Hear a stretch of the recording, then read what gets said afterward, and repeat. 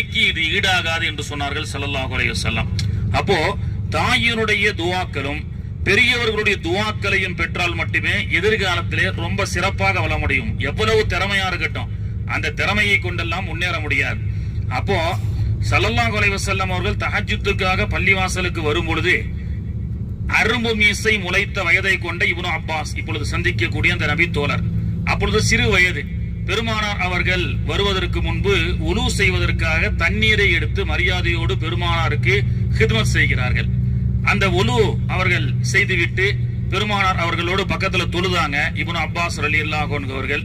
அப்பொழுது ஸல்லல்லாஹு அலைஹி வஸல்லம் அவர்கள் இப்னு அப்பாஸுக்காக துஆ செஞ்சாங்க. இறைவா, இப்னு அப்பாஸுக்கு குர்ஆனுடைய மார்க்க ஞானத்தையும் குர்ஆன் வேதத்தினுடைய அந்த சட்டதிட்டத்தையும் நீ அருள் புரிவாயாக என்று துஆ செய்தார்கள்.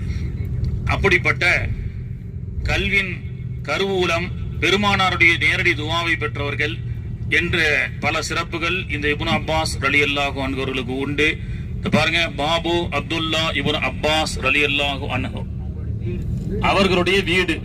பிற்காலத்துல அவர்கள் இங்கே ஒரு கல்வி கூடத்தை அமைத்து பல்லாயிரக்கணக்கான மாணவர்களுக்கு ஓதி கொடுத்தார்கள். அந்த வீடு பழமை மாறாம இன்னும் இருக்கு பாருங்க, ரைட் சைடுல பாருங்க, பழமை மாறாம அப்படியே ஒரிஜினாலிட்டியாவே இருக்கு.